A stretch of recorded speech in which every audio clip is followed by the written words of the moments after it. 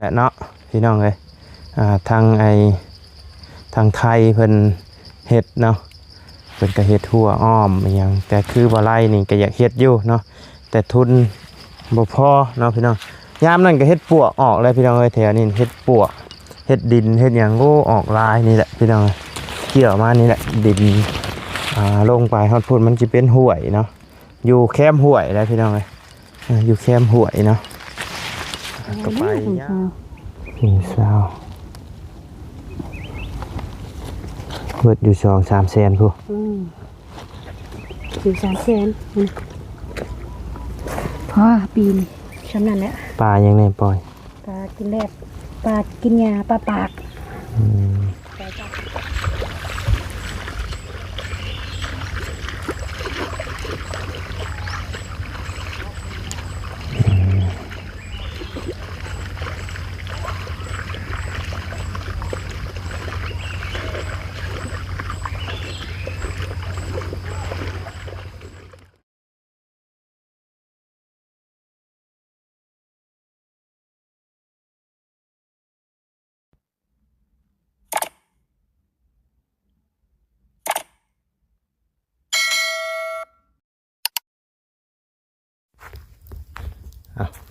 ทักทายกับสบายดีเด้อเนาะพ่อแม่พี่น้อง FC เบิร์ดจะขู่สู่คนเนาะบ่ว่าสิอยู่ในและต่างประเทศก็ยินดีต้อนรับเข้าสู่ช่องบ่ไลคือเก่าเนาะพี่น้องเอ้าฤดูนี่ก็เป็นฤดูดงไห้ดงนาแล้วเนาะพี่น้องบ่ไลก็บ่ได้ไปเวียกเนาะพี่น้องออกไปหาทางพอสร้างแล้วก็เข้ามาเนาะออกมาเบิ่งให้เบิ่งหน้าก่อนพี่น้องเบิ่งคันให้คันนาเบิ่งหน้าในเบิ่งก้อนเนาะพี่น้องเป็นของเพื่อนพี่น้องเพื่อนไทยแล้วมาแล้วเนาะไทยพุทธไทยห้อยแล้วมาแล้วบัดหน่วยมาทางนี้พี่น้องหน้าบ่ไล่นี่เนาะยังบ่ได้เฮ็ดอย่างเดียวเนาะพี่น้องลงไปพุ่นเนาะเป็นไฮใหญ่เนาะสิมาแต่เพื่อนภาษาทางบ่ไล่กับพี่น้องมันแดดเนาะเฮ็ดหยังก็บ่ได้มันเห็ดได้แต่ช่วงนึงแดงเห็ดเดียกกับพี่เราเนี่ยนี่แหละดินดอนตอนเนี้ยกันเนาะพอดีมีทั้งแม่เพื่อนเนาะถ่ายบรรยากาศซาดทุ่งไห้ทุ่งนาให้แม่เบิ้งอยู่เด้อเพื่อนบ้านเนาะพี่น้องเลยแม่มักเบิ้งเพื่อนบ้านเนาะกันนี้แหละเนาะทุ่งนาถ่ายให้หน้าตะกร้าของบาไล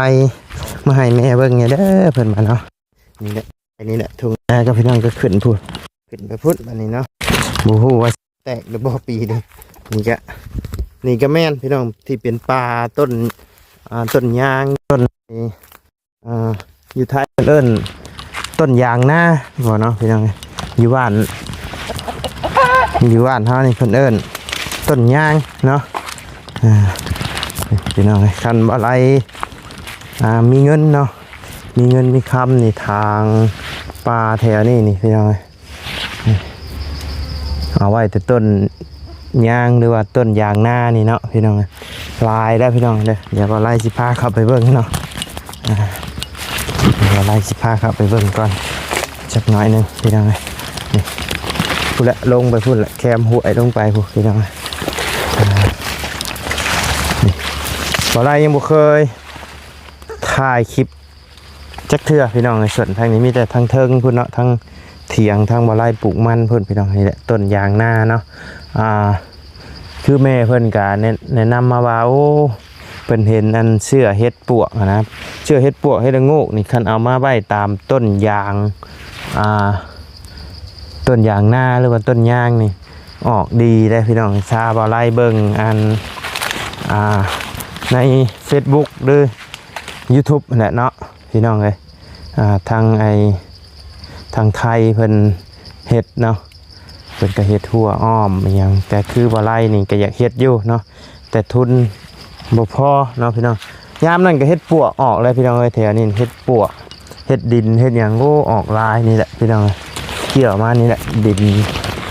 ลงไปฮอดพุ่นมันสิเป็นห้วยเนาะอยู่แคมห้วยแล้วพี่น้องอยู่แคมห้วยเนาะก็ไปยาวลงพุ่นละพี่น้องยาวลงไปพุ่นเรียกว่าไล่สิพาเลาะแคมให้หน้านี่แหละเนาะเพราะว่ามันหกพี่น้อง คันมีเงินมีอย่างทางโอ้คักพี่น้องนี่แหละเนาะก็ลงไปพุ่นละมีแต่ต้นยางนะพี่น้องแต่ก่อนคันมาไล่บ่ตัดบ่ผ่าให้เทือนนี่ก็โอ้แห้งลายเนาะพี่น้องเลยต้นยางนาโอ้ครั้งนี้มาหาสอนนี่อย่างเด้นี่เนาะนั่งสาวบกโบกอยู่พี่น้องเลยโอ้มาหากินยังยาย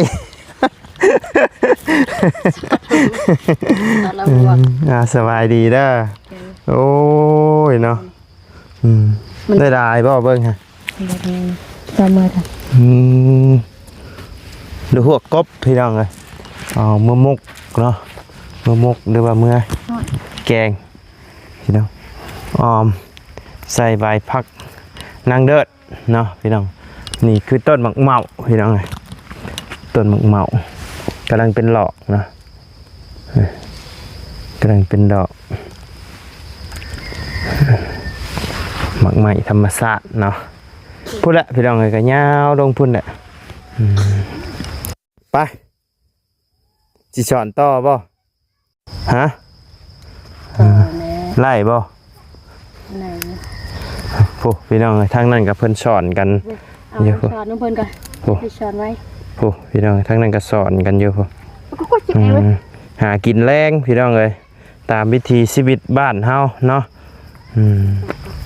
นี่แหละเพิ่นไทยหุดแล้วบ่ได้เนาะเดือดแต่หน้าเฮานี้เดือดแต่หน้าคนขี้ขาดเดือดแต่หน้าคนขี้ขาด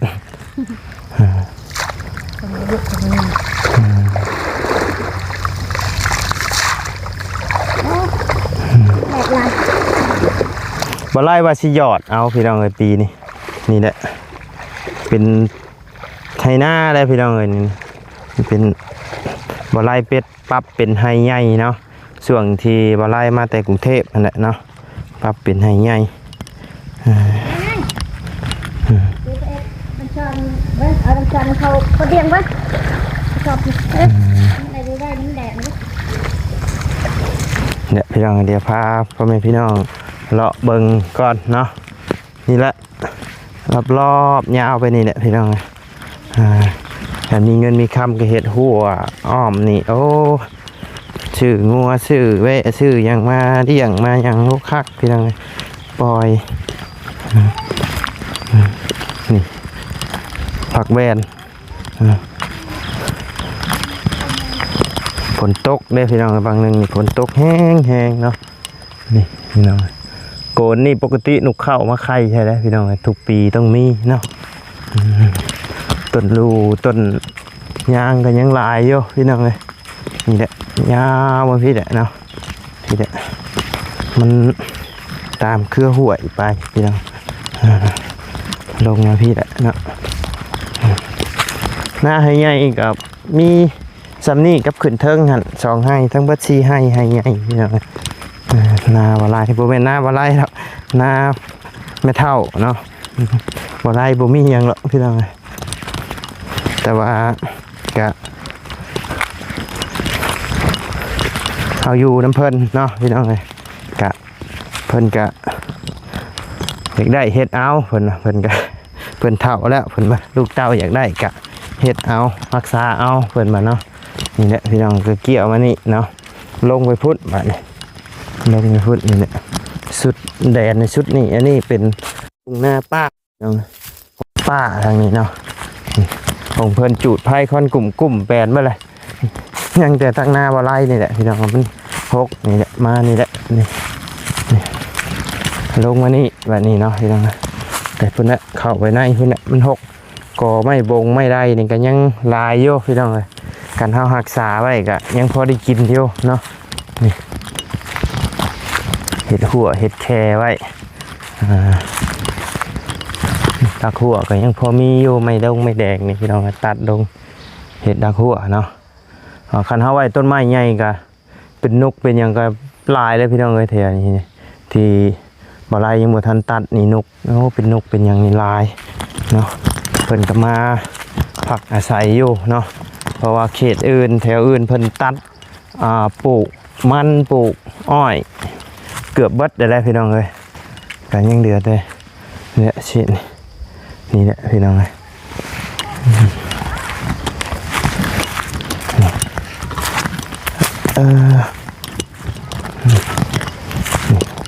โอ้ต้นติ้วนี่ก็ใหญ่แล้วพี่น้องเลยใกล้จะได้ขายได้แล้วนี่เป็นราคาได้นี่พี่น้องเลยมีติ้วช่วงบะไลตัดช่วงนั่นตะกี้ตัดไปขายให้เบียดเนาะลาละมันบ่เป็นราคาช่วงลาเต็มขั้นไทยได้อยู่4-5 แสนพี่น้อง4-5 แสนก็เงินมาฮอด1,000 บาทพี่น้องโอ้เบิ่งเสาอะไรก่อนพี่น้องบ่ไล่พาไว้แต่โดนนะเบิ่งนะโอ้ยังอยู่เนาะบ่ได้มาแก้ไปไว้ก่อนพี่น้องเสาไม่เดียงคักเด้นี่ไล่พาไว้โอ้นี่พี่น้องมาไล่พาเองนะพี่น้องนี่เอามือเห็ดกระตุกน้อยนอนเนาะครับพี่น้องนี่แหละกับว่าสิยอดพี่น้องเลยกับผู้ว่าสิมีผู้มาเดี๋ยวบอติดต่อหาแต่เฮิงนะเพิ่นก็ยังบ่ว่าพี่น้องกันมีเงินกับบ่ไล่กับว่าสิซื้อแนวยอดเองอยู่พี่น้องเลยกะประมาณ7 ล้าน 8 ล้านเนาะพี่น้อง7 ล้าน 8 ล้านประมาณนี้คณะเอาตัวดีเนี่ยกะประมาณ10 ปลายล้านเนาะ10 ปลายล้านพี่น้องประมาณใน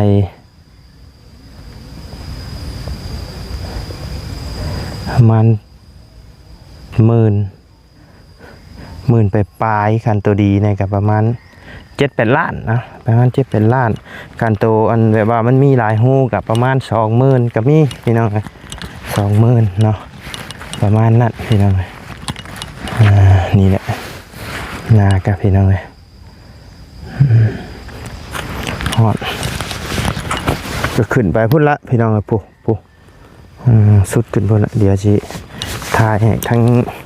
แม่เพิ่นเบิ่งภาพบรรยากาศตามทุ่งให้ทุ่งนาก่อนเนาะแม่เพิ่นก็ไปอยู่พุ่นแต่ดนเพิ่นมาเนาะก็บอกอยากเห็นเนาะเนี่ยโอ้ยห่อนแห้งพี่น้องเพิ่นจูดคนกลุ่มอยู่เนาะคันเฮามีทุนมีอย่างไรกะคันเฮาดำเอามันก็สิได้ดีกว่าพี่น้องเข้าอีหยังมันก็แตกกอดีเนาะมีผูยใช้น้ำจาก4-5 สอบนี่โอเคเลยพี่น้องนาบะไรนี่แต่ว่าผูยนี่ก็ยังบ่ได้จักสอบอยู่เนาะผูยก็ตกอยู่สอบละ9 แสนปลายสอบละล้านเลยนะพี่น้องเดี๋ยวนี้ป้าโหดกระสอบละ1,000 ปลายเลยพี่น้องสอบละ1,500 1,300 1,400ประมาณนี้นี่อันนี้เป็นซองให้พี่น้องนี่ขึ้นมานี่กับว่าสิหยอดเอาเนาะแล้วก็ขึ้นมานี่นี่ก็ให้ใหญ่ที่3เนาะตัวเทิงหันที่เดือก็เป็นให้น้อยพี่น้องแต่เมียเพิ่นสอนหัวอยู่แดดไปดิพี่น้องนี่แหละเดี๋ยวไปเอารถกันพี่น้องไล่เอารถลงมาจอดไว้นี่เนาะนี่แหละให้นี่บ่ใหญ่ปานใดพี่น้องแต่มันเป็นนาโน่นในนาบะไรพี่น้องคันเฮาบ่มีผู้ใช้ดีก็แม่นบ่ได้เนาะครับถ้านาปีใดมีผู้ฮอด4 สอบหรือ5 สอบนี่ก็ได้อยู่ปีละ100 ปลายพี่น้องประมาณนั้นปีที่แล้วนี่แม่นบ่ไล่เลยมัน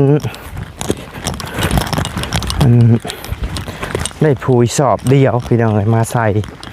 ก็ใส่แต่ให้ใหญ่นี่เนาะตัวโน้นก็คือบริใส่เลยพี่น้องหมูมีเงินเนาะมีเงินซื้อ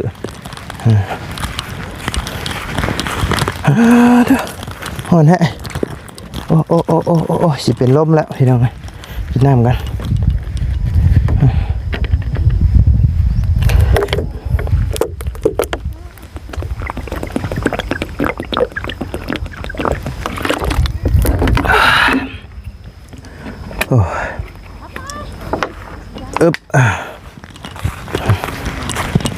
ของเพิ่น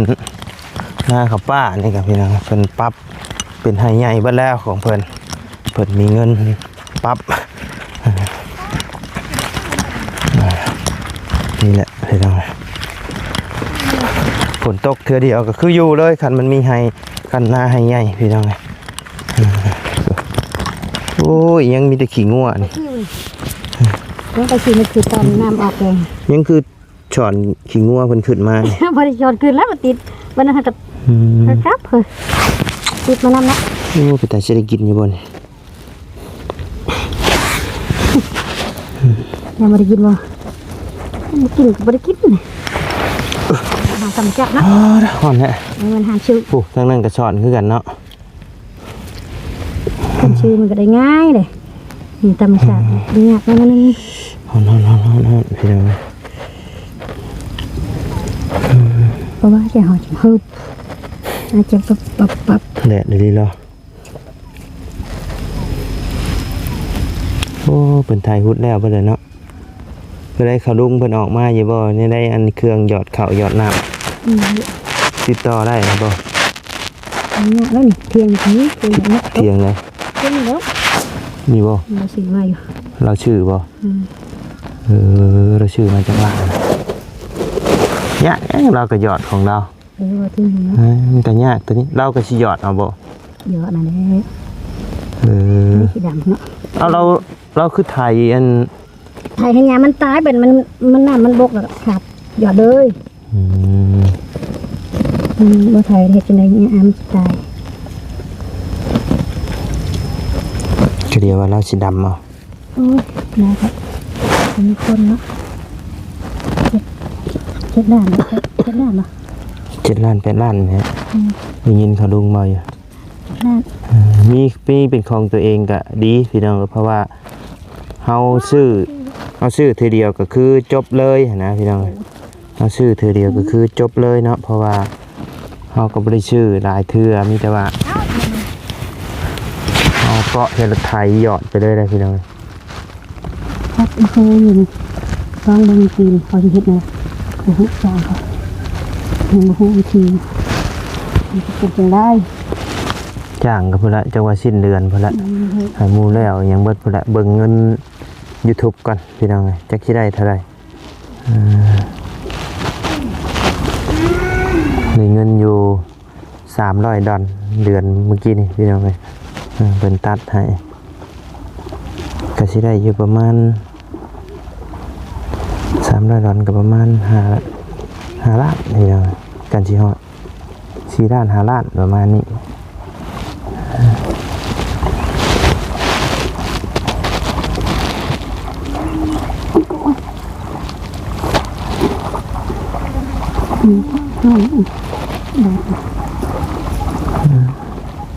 ยังบ่พอบ่ ไปอีกรอบนึงไปเอาให้หน้าเขาก็มือเลยอันนี้มันหัวเก็ดโม่เลยมันให้หน้าเขามันจะหัวกบ ปลาก็มีเนาะ มันคือ ปล่อยแล้วบ่ปลาอยู่ในนา ว่าอะไรชาวปลายถุง ปล่อยจักถุง ซ้อนถุง 2ถุงถุงเท่าไรเพิ่นขาย เช้า ปลาเถอะเบิดเป็นล้านพุ่นบ่ชื่อปลาปล่อยกะ อะไรบ้างอะถุงเช้า สาวเบิดอยู่2-3 แสนพุ่น ถือ3 แสนพอปีนชำนั่นแหละ ปลายังไงปล่อย ปลากินแรกปลากินยาปลาปากปล่อย3 ชนิดปีน บ่ได้ปล่อยปลาในบ่ งอกมันบ่มีงอก บ่ได้อยากปล่อยปลานิ่นพี่น้อง ตัวนี้ก็มีมัน ฮะ ตัวนี้ก็มีมันนั่นแหละมาค่ะ แต่ว่าปล่อยยามไหนมันถึกแต่ปลานิ่นตัวนี้น้อยมีปลานิ่นใหญ่ ปลาเค็งเทพบ้านเขาบ่มีปีกมัน ใช่ นี่แหละ จักแล้วไอ้อยู่ ช่วงที่มีปีกครับ นี่งานนะปีนแบบนี้ก็แบบไปช้อนอยู่ให้หน้าเขาก็ไปล้างเอาไปล้างเลยนะน้ำเขาบดแล้วมันจะสะอาด ล้างเป็นล้างสอนให้ แล้วช้อนเขาไปบอก บริยืนแล้วมาจอดนะตะเกียง แต่ประมาณนี้แหละเนาะพี่น้องจ้ะวันยังเหมือนนี่บ่ได้เข้าโรงเรียนบ่คือออกมานะ ใช่ใช่ เป็นไข่ลูกสาวก็เป็นไข่พี่น้องสืบยาไปเป็นไข่ยังพาลูกแข่งแดด เดี๋ยวไปใส่ตะยางทอดนะทอดยา โอ้ดอกมะขามพี่น้องดกในปีนี้ ตุกต้นมะขามบานทั้งดก ดกคักเลยดิกันมันจับคักอยู่แล้ว อันนั้นอันกระตาเล่น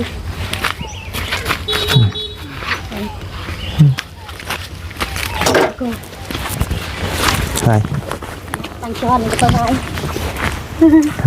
ไปได้นับยังไงนะตังช้อนก็ประมาณนะโอ้ย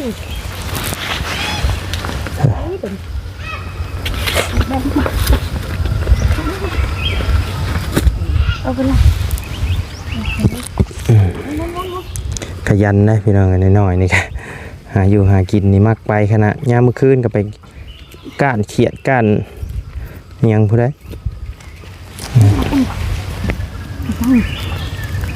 แม่นี่แหละพี่น้องไอ้บ้านเฮาคันเฮาบ่หาก็บ่ได้กินเนาะต้องหาพี่น้อง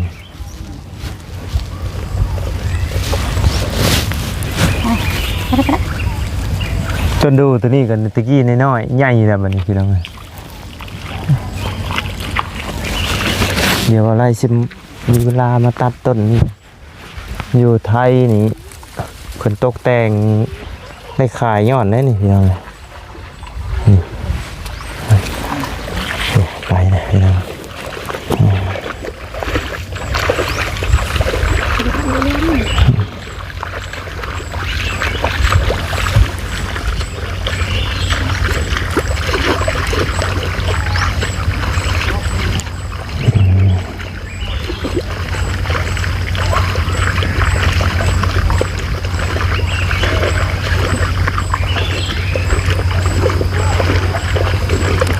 สิประมาณนี้แหละเนาะพี่น้องเลยเดี๋ยวว่าไล่สิ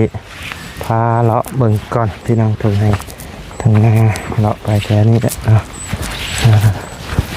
เนี่ยขึ้นไปนี่พี่น้องเลยดินหน้าว่าไล่เนาะต้นไม้ใหญ่กะถือว่ายังหลายพอสมควรอยู่เนาะ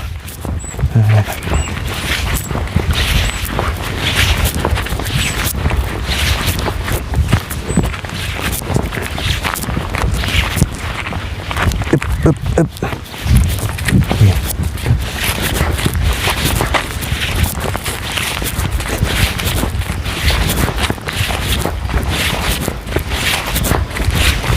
พอไล่เอาเครื่องตัดหญ้าออกมาวาสิตัดนี่พี่น้องพอเถอะหญ้าขึ้นผลิตดีเนาะต้นอันนี้ตัดทุกปีเลยพี่น้องนี่แหละเกี่ยวมานี่พี่น้องคันมีเงินว่าไรว่าสิปั๊บเป็นให้ใหญ่อีกแถวนี่เนี่ยก็เกี่ยวไปพุ่นพี่น้อง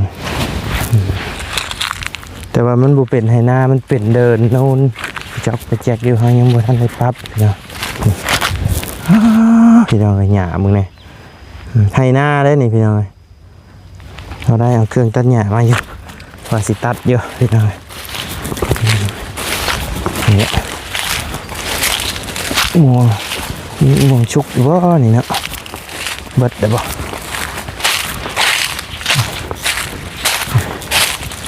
ต้นกระทันใหญ่ไว้ขนาดพี่น้องต้นกระทัน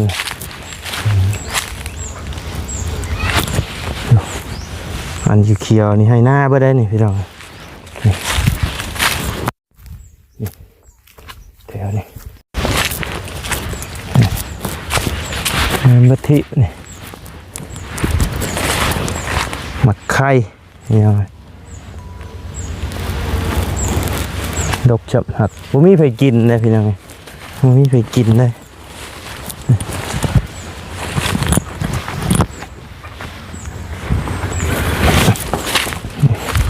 แม่นมาเลยนี่เดี๋ยวอะไรชิลงมาตัดกันพี่น้องพักผ่อนกันจังหน่อยให้แดดมันอ่อนก่อน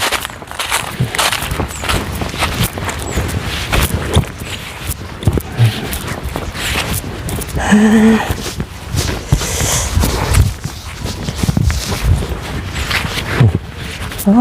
กบขาม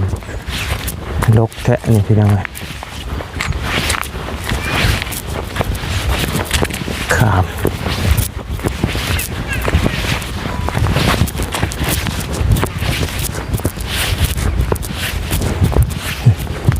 ลกคักกันเลยพี่น้องเลยขามหลอกนี่สิหลอกแต่ท่านได้เป็นหมาพี่น้องเลยแต่บอกโอ้ลึกดินี่พี่น้องเลยมึงเนี่ยลกเลยงัวออกมานอกวันอะไรนี่เนาะนี่แหละพี่น้องเลยดินหน้าว่าได้ค่าละคั่วเกี่ยวมานี่ให้ก็ขึ้นพุทธเนาะแต่ว่าหัวส่วนนั่นมุนเวลาภายใหม่เบิดพี่น้องเป็นให้หน้าเบิดเดี๋ยวพี่น้องแต่ว่ามันน้อยเนาะมุกมาอะไรพี่น้อง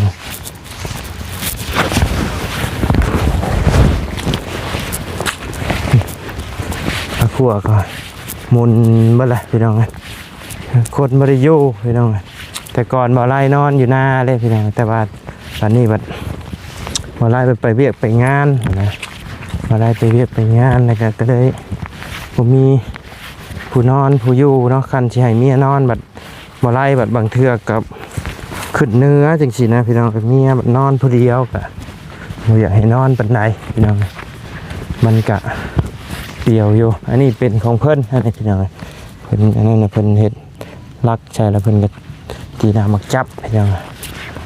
ว่าโอ้ยมาของบ่อไร่มุนมาเลยพี่น้องฟังนี่ยังใครอยู่พี่น้องเพราะว่าทางลุงเพิ่นใส่ตะนางให้แล้วเนาะใส่ตะนางให้แล้ว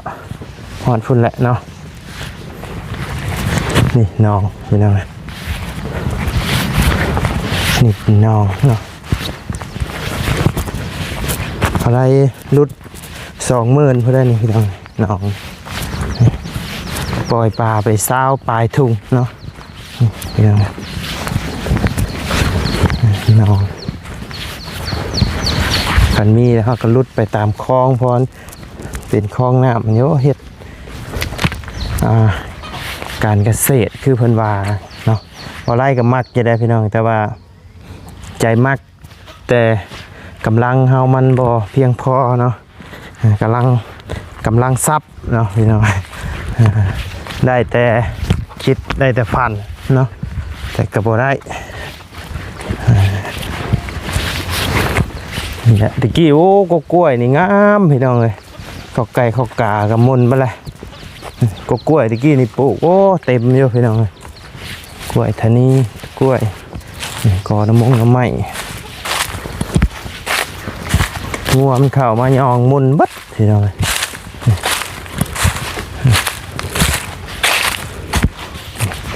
ส่วนนี้นี่โอเคอยู่พี่น้องส่วนนั้นบัดภายใหม่บัดเลยพี่น้องเดี๋ยวคลิปหน้าเดี๋ยวเอาไล่สิพาเลาะส่วนทางเทิงให้เบิ้งน้ำกันเนาะพี่น้องเลยผู้เห็นบ่พี่น้องเลยผู้มองไฟใหม่เห็นเนาะไฟใหม่หัวหมุนเวิร์ดผู้ทางหน้าพี่น้องเลยซูมมาได้นี่พี่น้องไกลเติบได้ต้นไม้ยังร้ายพี่น้องเลยต้นกุ้งต้นยังนี่เป็นดินของวาไลเบิร์ดนี่พี่น้องเลยต้นไม้เนาะคันเฮาจะเฮ็ดเฮือนเฮ็ดหยังกะเรื่องไม้เรื่องต่อเฮาก็พาเฮ็ดได้เด้อพี่น้องเอ้ยถือว่ายังหลายอยู่เนาะโอ้พี่น้องเอ้ยโอเคสำหรับพ่อแม่พี่น้องสำหรับคลิปนี้ทางบ่อไร่ก็สิได้ขอจบคลิปปิดคลิปลงไว้เพียงสำนี้กันเด้อพี่น้องเด้อนี่แหละเนาะดินพี่น้องเกี่ยวๆมาในนี่แหละไปพบเจอกันคลิปหน้าเนาะสำหรับคลิปนี้ลำลาเด้อพี่น้องเด้อสบายดี